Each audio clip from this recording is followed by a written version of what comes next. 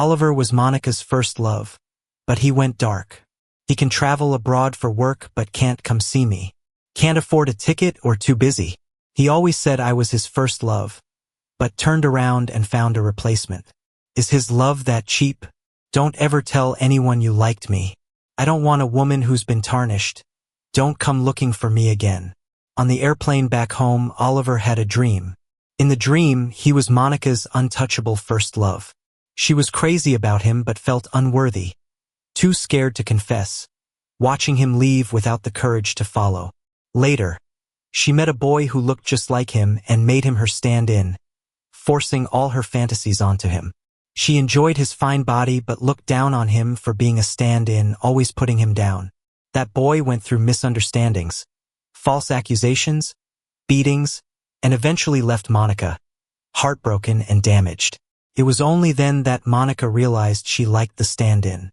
Then she hated Oliver, her first love, blaming him for being pretentious and manipulative, which led her to misunderstand the stand-in. She brought Oliver down, destroying his family, as penance for the stand-in, successfully winning back her love's heart. Waking up, Oliver fell deep in thought. Monica seems to ruin anyone she claims to like, leaving them emotionally wrecked. Is she toxic? Others are wrong, yet she gets the career and love. Why is that fair? So, at the welcome home party everyone threw for him, Oliver walked past Monica without a glance, sitting across from her indifferently. Monica's eyes clearly showed hurt, her lips moving but not uttering a word. Everyone knew Monica had feelings for Oliver, so they tried to break the silence. Monica couldn't say a word when she saw Oliver. Oliver, hasn't she stayed the same since the old days? Monica's eyes lit up, looking at Oliver, wanting him to say something. Oliver searched his memory, trying to figure out why she considered him her first love. Was it because he played violin at a music festival and made a name for himself? Or was it for beating her in a debate? Or when he saved her from drowning in the pool? If she liked him for those little things, putting him on a pedestal as her first love, it said one thing: Monica worshipped strength, showing no sympathy for the weak. Though stronger, she would admire immensely. Weaker, she'd be ruthless too, which made sense in the dream with Oliver and the stand-in. Realizing this, Oliver relaxed and smiled warmly. Haven't seen you in years. I've forgotten what Monica used to be like. Tell me, what have you guys been up to? What are you doing now? Oliver shifted the conversation away from Monica, chatting and laughing with everyone. Everyone could see he had no interest in Monica. Monica's hopeful gaze dimmed. Just then, the door opened. A timid boy stood at the entrance, locking eyes on Monica, wanting to speak but staying silent. Oliver glanced over, taken aback. So, this was the stand-in. They really did look like twins. Did people think he looked that good? The boy had slightly curly, untouched natural long hair. His bright, dark eyes looked like black gems shining in a clear spring. Small nose, slightly pouty lips. Must feel nice kissing. Monica's character might be bad, but her taste wasn't. Someone pulled the boy in to sit beside Monica. She frowned, putting space between them like he was a virus. The boy's eyes turned red, but he forced a smile, though the disdain from everyone was palpable. He seemed like a lamb in a wolf pack, pretending to act friendly. The guy who brought him in was Henry, who secretly liked Monica. He chuckled, showing off his drink. Jimmy, Monica brought you here to see the world, didn't she? Hey Oliver, this is the real deal. Looking closely, you two look alike. Monica, did you find a stand-in to replace Oliver? Everyone smirked knowingly. One genuine, one knockoff. Who was the stand-in was obvious. Jimmy's face turned pale, tears welling as he tried holding them back. Monica was getting anxious, staring at Oliver like ready to explain or comfort. Others joked, blaming Henry for his comments. Henry laughed, drinking 3 shots as punishment. My bad, drunk without drinking. Amidst the chatter, Oliver picked up his glass, dropping it, letting it smash on the floor. Surprised, everyone looked at Oliver. Oliver glanced at Monica, emotionlessly asking, Monica, care to explain what this means? Monica froze, probably never imagining Oliver's first words would be this. She frowned a little, apologetically saying, I'm sorry, Oliver. I'll make him leave. She turned to Jimmy. Leave. You have no place here. Jimmy turned ghostly white, furious inside but too obedient to say a word. What's happening? He wanted her to explain about Henry. Why did she allow such insults to her boyfriend? Did she and Henry have something? Or was she blind? Such overt schemes, couldn't she see through it? Just as Jimmy was leaving, Oliver said, Wait, Jimmy is my guest. No one has the right to make him leave. Monica, please explain your relationship with Jimmy and what Henry meant by finding a stand-in like me. Jimmy was shocked, not expecting Oliver, a stranger, to stand for him. And he did look kind of cute being so clueless. Oliver nodded at him, signaling to sit by him. After a moment, Jimmy obediently complied. Monica's face turned serious, her eyes murderous, intimidating for Jimmy. But to Oliver, intimidating not at all. He crossed his arms, watching her struggle. She sat in silent frustration, and Oliver, getting impatient, addressed Henry. You explain, and if you can't, our collaboration ends here. How could it end because of him? Henry blurted. Yeah, why you? Oliver smirked, seeing him panic while everyone watched. Henry quieted down, catching Monica without objection either. He lazily remarked, Isn't it just our Monica can't get her first love? So she secretly found a college guy as a stand-in? Now that her true love is back, she's unsure how to deal with this stand-in story. You mean I'm her first love? Monica's dark eyes stared fixedly at Oliver and finally spoke the word. Yes. You like me? Yes. Oliver laughed, irritated. He picked up a glass from the table and splashed the wine at Monica. Have the booths gone bankrupt or something? You can go abroad for work but not come see me. Can't afford a ticket or just no time. You call me your first love, then quickly find a substitute. Your affection is so cheap. Don't ever say you liked me again.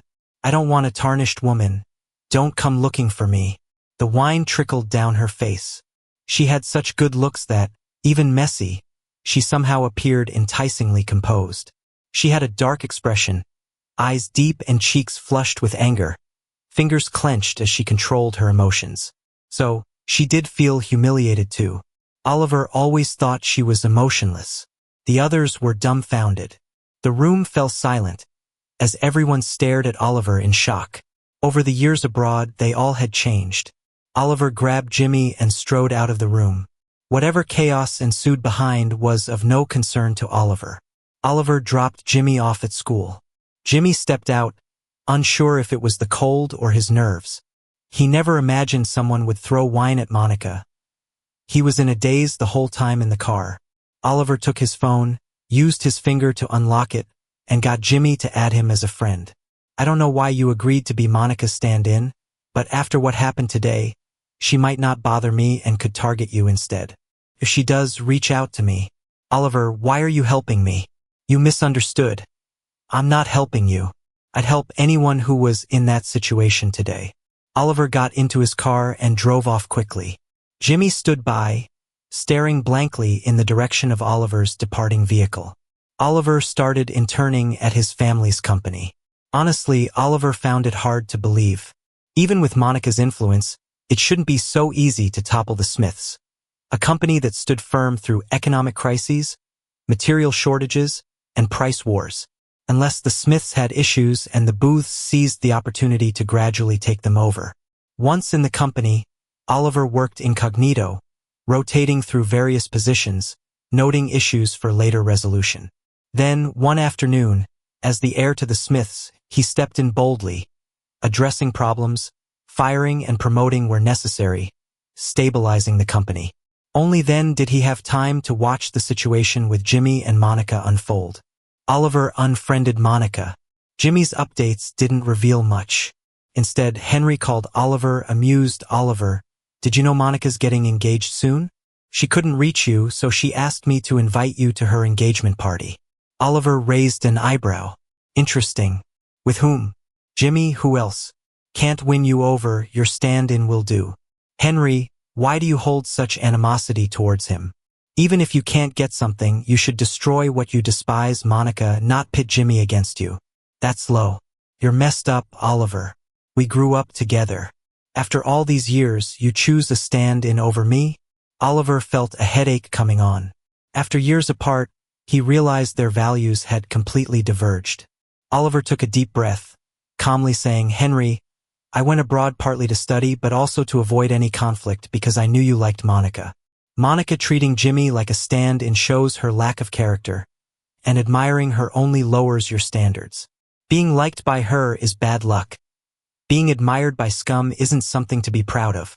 If the world divides people by wealth, thinking the poor lack dignity, then even we, the wealthy, would be mere playthings to the true elite. Such thinking is deeply flawed. I remember you being a principled person in college. I don't know what changed you, but if you continue like this, our friendship won't last. Also, tell Monica I'll attend her engagement not as her friend, but as Jimmy's. Hanging up, Oliver exhaled deeply, messaging Jimmy. Getting engaged? Jimmy's chat window showed he was typing, yet nothing came through for a long time. Oliver finally got why Monica had him under her thumb. A scheming tycoon and a silent introvert couldn't possibly see eye to eye. Oliver decisively wrote, "Let's meet up. I'll find you at school." Jimmy quickly replied, "Okay." Oliver raised an eyebrow, passive personality. Huh? Used to being told what to do. Today, Oliver would take charge. He drove Jimmy to grab a meal. Anytime Jimmy tried explaining, Oliver gently interrupted, "We'll talk after." Jimmy obediently ate without another word. Afterward, Oliver took him to meet a client. Surprisingly, Jimmy didn't object, naturally becoming the quiet secretary, serving tea and taking notes. Once the client left, Oliver took him to meet a friend. Jimmy's docile face finally cracked a bit seeing Oliver's friend. But Henry was the first to snap. "Oliver, what's your deal? Why bring him along?" Jimmy's face turned beet red with embarrassment. He whispered urgently, "Oliver, I'll head back and not bother you guys. I had your clothes dry cleaned and left them in your car. Thanks for taking me out today, but I'll be going now." Is his time worthless? Oliver spent the whole day with him, and Jimmy can't say a word about it. Instead, he's actually thanking Oliver? So easy to push around. Oliver couldn't help but be tempted to mess with him a bit. Oliver said casually, "You're already here, might as well have some fun. Seems like there's some misunderstanding between you guys. Might as well clear it up today." Ignoring any protests, Oliver led the way inside. Henry shot him a look and quickly looped his arm around Oliver's, showing closeness and leaving Jimmy out in the cold. Jimmy was dying of awkwardness but forced himself to go in. Oliver couldn't help but be curious about what kind of family would raise a boy to be such a pushover. While eating, Henry talked nonstop, but when he went to grab food, Oliver turned the lazy Susan. When Henry reached for a napkin, Oliver grabbed it first. And when his glass was empty, Oliver clinked drinks with Jimmy. Henry finally realized Oliver was isolating him. He slammed the table and said, "Oliver, what's your deal? If you want to break off our friendship, just say it.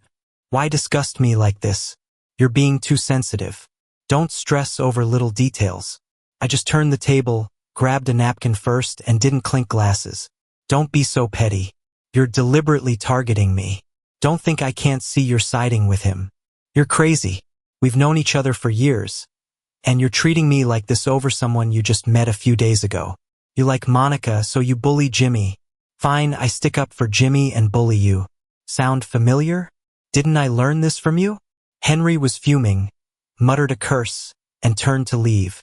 Oliver called out, "Wait, let's figure out why he's marrying Monica." Of course, Henry was caught, turning back with a frustrated toss of his bag, visibly unhappy. Now the pressure was on Jimmy. Faced with their stern eyes, he looked like he might cry. "I never planned on marrying her." Henry exploded. "Jimmy, are you kidding me? Everyone knows you two are getting engaged, and now you say you never planned to marry her? You showing off in front of me? Think I won't hit you? But I haven't even dated her." Henry was stunned. So was Oliver. Oliver actually believed Jimmy because someone as into status like Monica wouldn't bother dating someone weak. She'd treat Jimmy like a pet to command, train, control, and coddle, not as a partner with respect and understanding.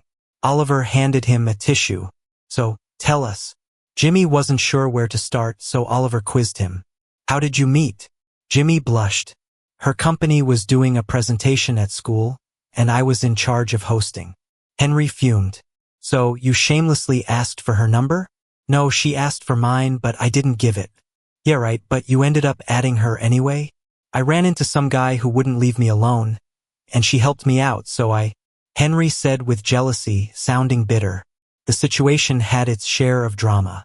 Recalling Oliver's dream where Monica forcefully took Jimmy, Oliver suspected the rescue was Monica's own setup.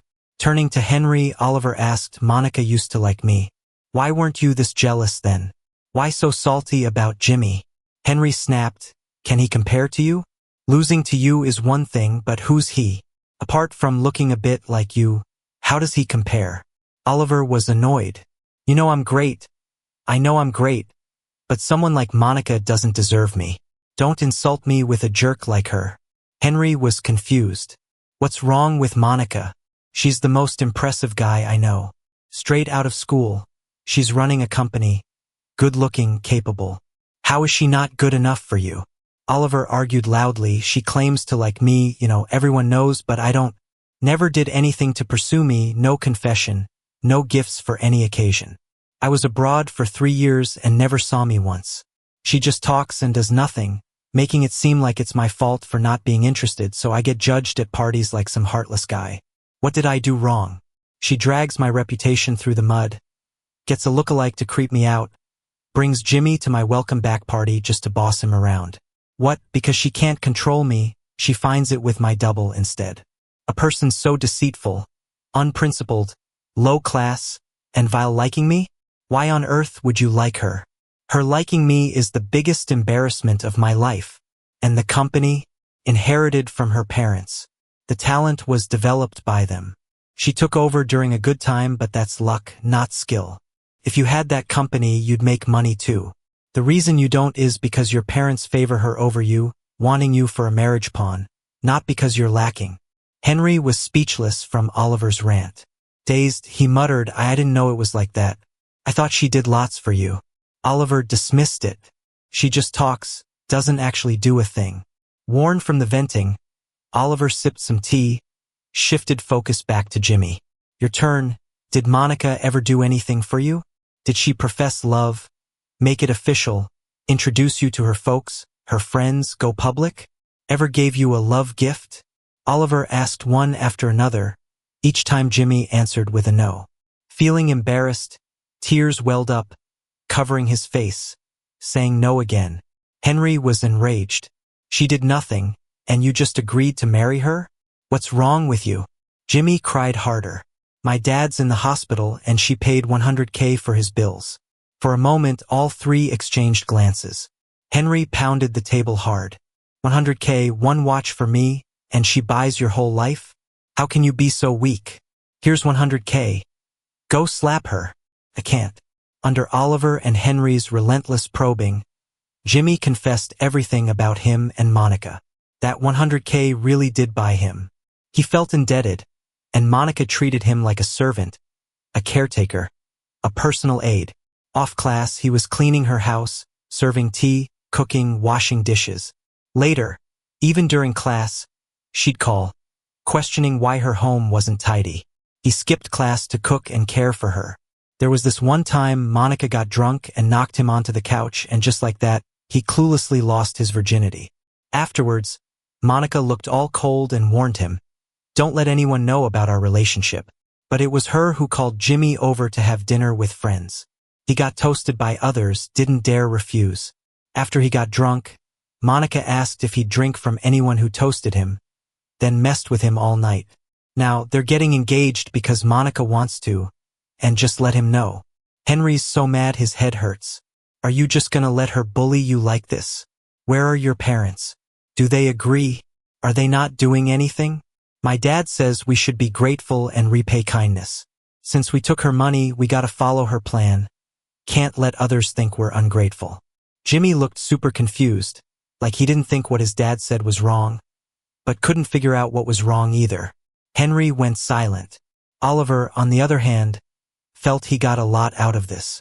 At least Henry can somewhat relate to Jimmy now. They both noticed Oliver's sarcasm and looked at him. Henry's gaze was full of killing intent. Jimmy looked at Oliver confused and hurt. Oliver looked at Jimmy, ready to move on to the next topic. So, how do you feel after being out for a day today? Jimmy seemed a little dazed, probably didn't expect that after running around with Oliver all day, he'll be asked for his thoughts. He thankfully said, "Oliver, thank you for taking me out into the world. I've never seen anything like this before." From that angle, he's not wrong. A poor guy suddenly gets dragged into a dazzling place. Feels like he's gained knowledge and broadened his horizons. But that's just surface level stuff.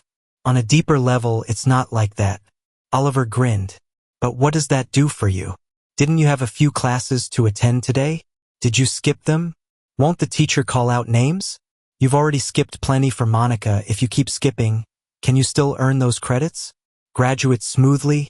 You're risking your education, your future, just for a meal with me, and I had you working for free all day, and in the end, you're thanking me. For me, it feels like no loss, but what's in it for you? What you've experienced today, you'll be able to see when you're capable in the future anyway. I'm just showing you early. But if you give up your future just to see these things now, you might never truly see it, and from this angle, you're at a loss. Plus, when I took you to eat, though you clearly don't enjoy Western food, you didn't say a word. Enduring like that, I'll think you're easy to bully, and next time, I'll do it again because there's no cost to it, and you'll be grateful to me. Why wouldn't I keep doing it? I'm considered one of the highly civilized and sound-minded people in our circle. I have these thoughts, but I hold back. But if you meet someone who doesn't, you'll know what your end would be. You'll be taken advantage of and blamed, making you think it's all your fault. Today, when I was meeting clients, closing deals, I might make millions, yet I didn't give you a penny. You're serving tea, fetching documents, smiling, standing by all day. You might think you're gaining insight, but did you notice? That doorman outside gains insight every day, but it doesn't change where he stands.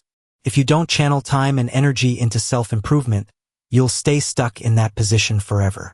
And meeting Henry, you obviously don't like it, yet lack the courage to stick to your views. People slightly stronger than you can easily manipulate you.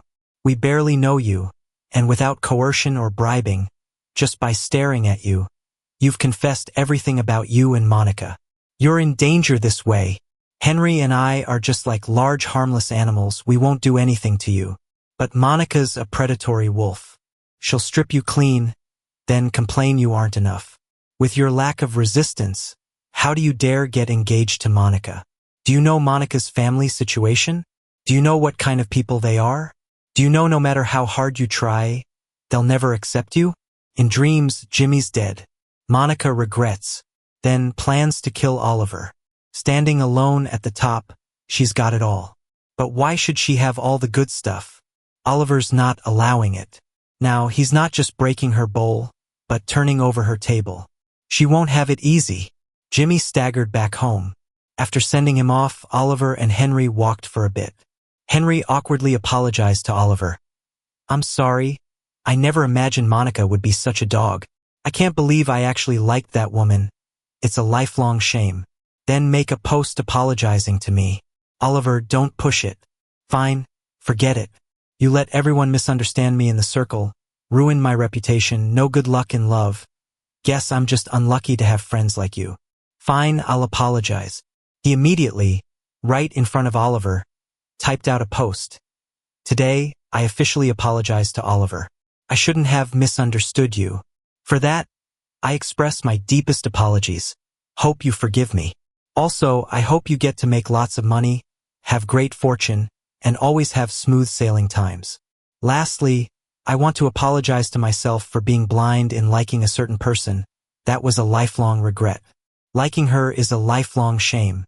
Lastly, strongly condemning someone who constantly called her his first love, making us think it was some deep affection, when in fact never confessed, never pursued, didn't even buy her a ticket abroad, yet made everyone think she liked him fiercely. While making us think she's steadfastly deep in affection, she was out there playing around, found a stand-in, even tortured him. Thought 10 grand could buy out a lifetime of a stand-in, made me laugh hard. If 10 grand is so valuable, would you lick my shoes? Scum? Such disgusting people don't deserve a spot in my contacts. I've already deleted them. Those who know who I'm talking about. Those who don't, ask around. This filthy person shouldn't go around hurting others. Lucky I got my eyes fixed. I'm not blind anymore. Thanks, Oliver, for saving me. This post was like cutting deep with every sentence. That's our proud young master.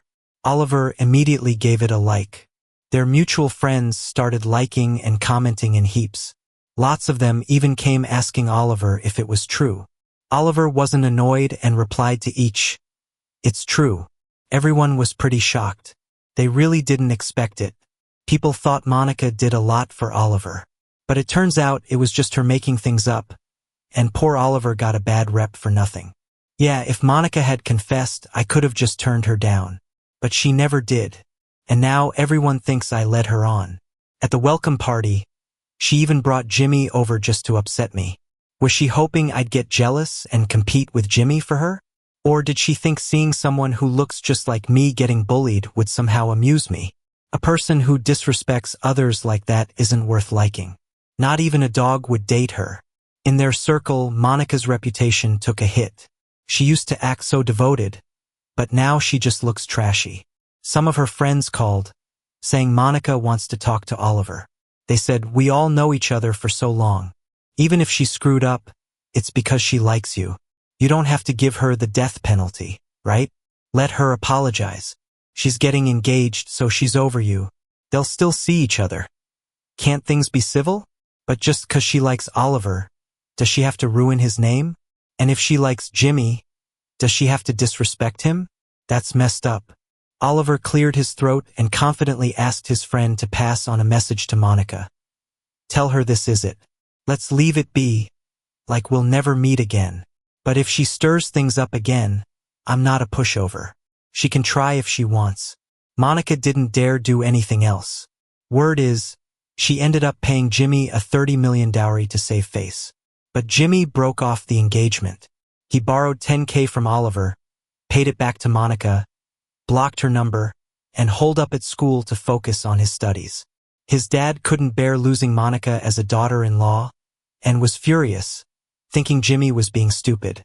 He even went to the school to force Jimmy to drop out and marry her. Jimmy snapped. He took a knife, threatening to ruin his face, and turned against his dad. "Do you know what Monica sees in me? A stand-in. Just 'cause I look like someone else. She helped me out. Without this face, I'm nothing. You want to marry Monica? Get some surgery to look like me. She'll marry you. Push me and I'll scar my face, take out a $1 million loan, and make sure you never enjoy anything from me, only suffer." The school got scared, made his dad leave and talked to Jimmy, urging him not to do anything rash. They reminded him it's a law-abiding society and no one can force him to marry against his will. They even offered legal assistance if needed. Jimmy accepted the help and planned to sue Monica for money. He had been her unpaid servant for 3 years and felt cheated. Oliver was amused when he heard the news. Henry was thrilled too. "I haven't seen Monica this embarrassed in forever," he said. "You wouldn't believe it. Last time at a party, I saw her arguing with her mom. When she spotted me, she looked mortified. Her mom even came out to be nice to me, asking when I'd visit. She used to act like her son was the best, looking down on everyone, and now she sucks up to me, like I'm some kind of trash collector."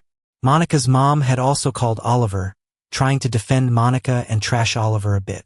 Oliver recorded the call and sent the audio to Monica through a friend. That shut them up, and they stopped bothering him. The friend who delivered the message also decided to cut ties with Monica after hearing the recording. People really create their own downfalls. Henry said with a grin, "Her son's reputation is in shambles. If he wants to marry into a wealthy family, it's gonna be tough now. Am I bad for finding this hilarious? Don't worry about it. Laugh when you feel like it.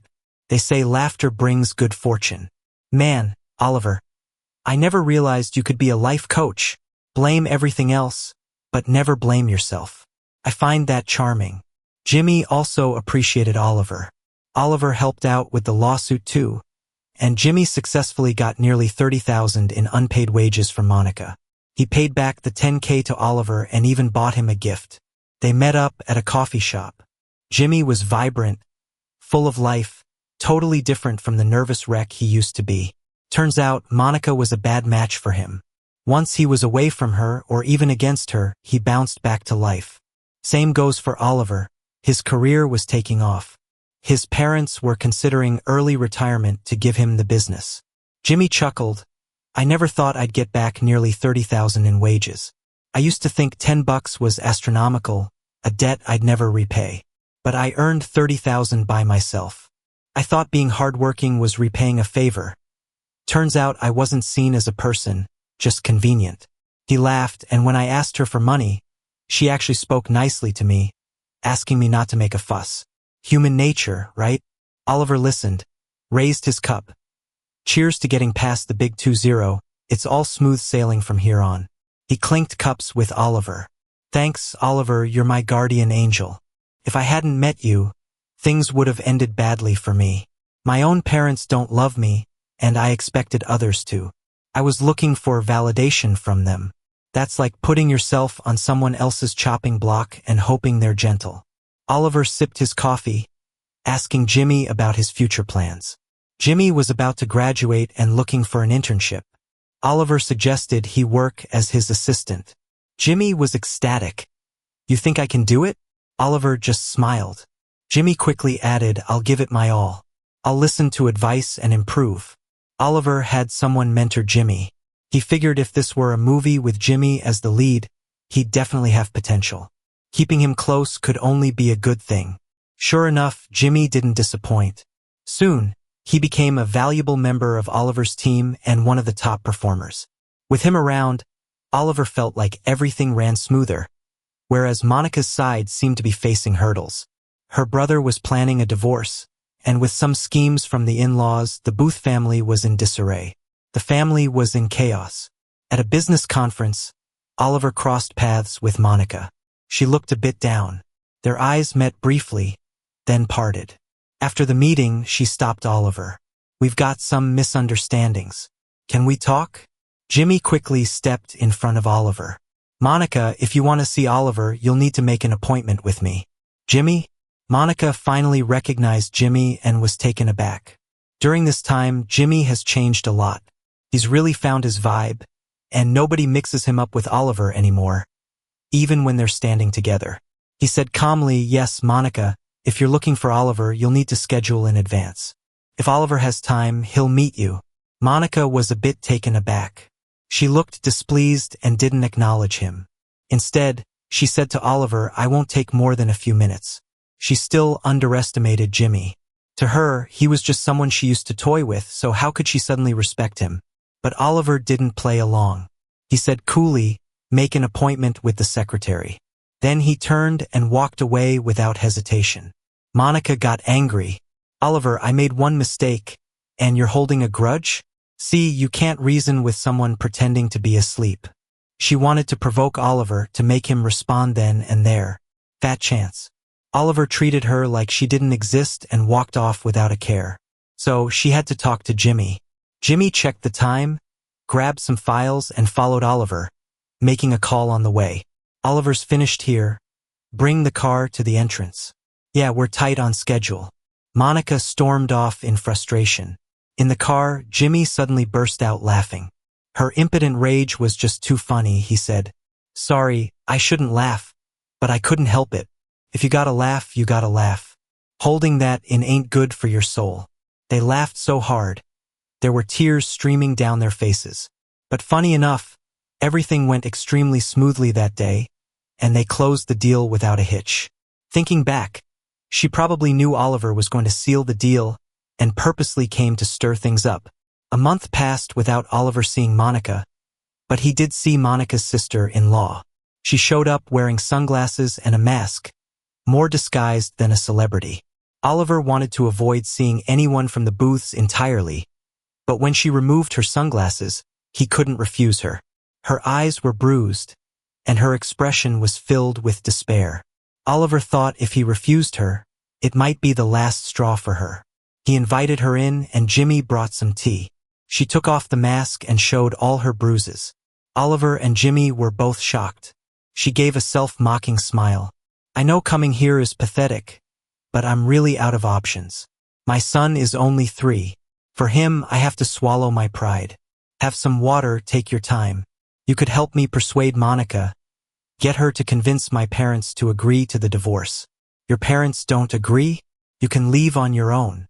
Monica's brother won't give me custody unless my parents help. But they've taken money from Monica to bail out the family business. My son is stuck with them. Oliver knew a bit about the Booths. Her domestic abuse wasn't exactly a secret, but the Booths took the benefits without standing up for her. Now that she's seeking a divorce, it seems they're throwing her under the bus. Funny, the Booths put up with it for cash. But, hey, it's not their faces getting hit.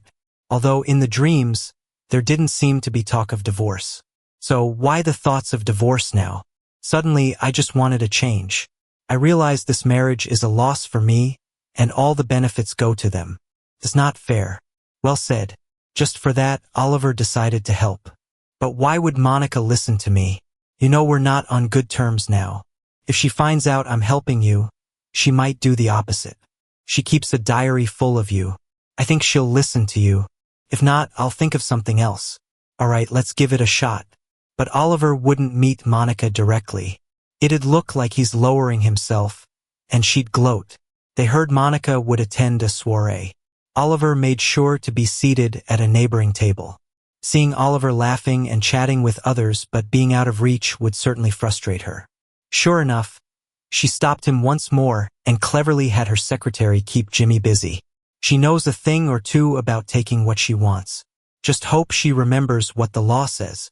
Oliver gave Jimmy a nod, signaling him to stay calm, and went to talk to Monica in a quiet spot. Monica seemed to regain some control. It's really tough to see you.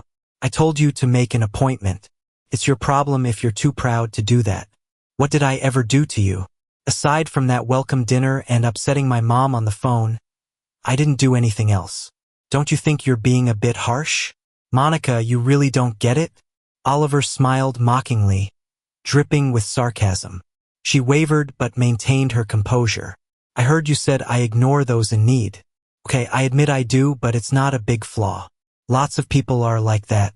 Makes no sense for you to defame me. Fine then, Oliver thought it was time for a lesson. Let me ask, you liked me so publicly, but I knew nothing. At that welcome party, everyone looked at me like I was stringing you along. Pray tell, who made them believe that? Was it you or me? Monica's face turned white, but she insisted, I didn't make them think that. They saw it themselves. Then why didn't I see it? You always play it cool around me, hide your feelings. Yet, with our friends, you're all out, like a flood, showing off your feelings for me. Wasn't that you maliciously guiding them to believe you cared, and I'm the jerk ignoring it? I'm sorry, but I never intended that. You didn't intend it, you just did it. Oliver shot back passionately. Monica looked humiliated. We might as well get everything out in the open. What else did I do to offend you? What about the stand-in? Getting someone who looks like me and ordering him around like a butler, what was that about? When you can't bring me down, you get a stand-in and mistreat him. Is it him? Or is it me you're degrading? You make me sick, Monica. Oliver's eyes were cold with visible disdain. Monica's lips were pale. I wouldn't do that to you. You mean something different to me. You haven't done it yet, not because you don't want to, but because you can't. I've got money, looks, talent, and connections. If one day I fall and beg for your help, I'm sure you wouldn't help, but would relish degrading me. Turning something beautiful into something you can trample on is just in your nature. Can you honestly say you didn't get a kick out of abusing Jimmy? Can you admit it? Monica was stunned and silent. Clearly, she was questioning herself. Oliver waited patiently. After a long pause, there was a hint of struggle in her eyes. No matter what you think, I did genuinely like you. I even considered doing something for you, but I felt unworthy, so I didn't act. Oliver scoffed. Pathetic. To men stronger than her, she'd treat them like saints and praise them to high heaven. To those weaker, she'd treat them like dirt, insulting them at will. Did she not act because she didn't want to? It's because winning over Oliver would require sacrificing most of the Booth's fortune just to catch his attention. But pursuing Jimmy only needed 10 grand, and she didn't even have to invest emotions, time, or energy to gain emotional value. She's clever in that way. However, Oliver wasn't interested in arguing this point. He wanted to steer the conversation to a topic he preferred. Fine, let's say your feelings for me were real. But tell me, with a family like yours, how did you dare to even dream of being with me? What's wrong with my family? Her loyalty to her parents was strong, and Oliver's comment made her defensive. But Oliver's face held only mockery, and she quickly wilted. He calmly said, I heard your brother's been in a divorce battle with your sister-in-law for ages. How can someone from the Booths be unable to settle a divorce? Were you not done leeching off your sister-in-law, Monica? Planning to drain her dry first? Don't be ridiculous. My brother still has feelings for her, Monica shot back angrily. Oliver slapped her. How does it feel? She looked at him, shocked. Then her eyes darkened with anger. Still like me? Oliver taunted. She stayed silent. Continuing, Oliver said, Monica, your feelings for me were fake. I only slapped you once, and you lost your affection. Why do you think your sister-in-law's situation has anything to do with love? Do the Booths think domestic abuse signifies love? So you shouldn't resent me, right? Let's try another slap. Oliver moved to slap her again, but she grabbed his wrist, infuriated. Oliver, enough is enough. Smirking, Oliver said, Admit it, Monica. You're a leech. You act like you belong to some high society, but you probably don't know you're already a joke in these circles. Oliver stood and left leisurely. A month later, Monica's sister-in-law successfully divorced and gained custody of her child. She quickly arranged to leave the country, intending never to return. Before boarding, she sent Oliver a lengthy message of gratitude. Sorry I can't thank you in person. They're all watching me, and getting too close to you could affect you. But I'm truly thankful. You saved us. You might not know, but if you hadn't helped, I was planning to jump with my kid. You gave me the courage to live. You once asked why I wanted to end it all. Maybe because I saw you win Jimmy's case. During that time, my parents cursed you daily. Yet, I was thrilled, thinking I'd found someone to put them in their place. I figured if you could help Jimmy, you might help me. I bet right. Thank you, Oliver. You made me feel I ought to stand up, not just for myself, but for my child. You're my role model, and I want to be one for my son too. I'm leaving for good, and this phone will be deactivated. But I'll tell my son what you did for us. Also, I hired someone to rough up Monica, so we're even for past grievances, and it's payback for you too. Goodbye, Oliver. Wishing you well always. May we both find happiness. Oliver gazed outside, utterly delighted. Imagining Monica's furious impotence after being beaten made him grin wider. The best part? The Booths' decline had started. This was a promising beginning and what Oliver deserved. A year later, Oliver and Jimmy attended Henry's wedding, who married his childhood friend. They both looked blissfully happy. At the wedding, Oliver saw Monica. He asked Henry why she was invited if they'd cut ties. Henry laughed, to show her how happy I am, so she'll stop thinking all men should revolve around her. Did you see how miserable she is now? She's far from the excellence I expected. She relied on family. Without their money, the Booths are in shambles. From a distance, Oliver glanced at Monica. She noticed him, nodded politely, and looked away. Soon, she slipped out quietly, a stark contrast to her once dominant presence in crowds. Money gives courage. Always has. That's why Oliver was determined to hold onto his business tightly. After the wedding, as they left, Jimmy asked where Oliver was heading. Back to the office, Oliver replied. Jimmy groaned. You're a workaholic. Don't we get a break? Oliver chuckled. Heard you bought a house.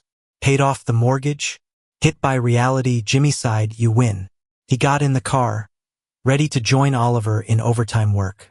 After work, Jimmy suddenly said to Oliver, Thank you, Oliver. Oliver smiled. In Sapiens, A Brief History of Humankind, it's written, If I had never seen the sun, I could have borne the darkness. Oliver thought he was their light, illuminating darkness. Yet, he wasn't just lighting the world for others. He was revealing his own path ahead.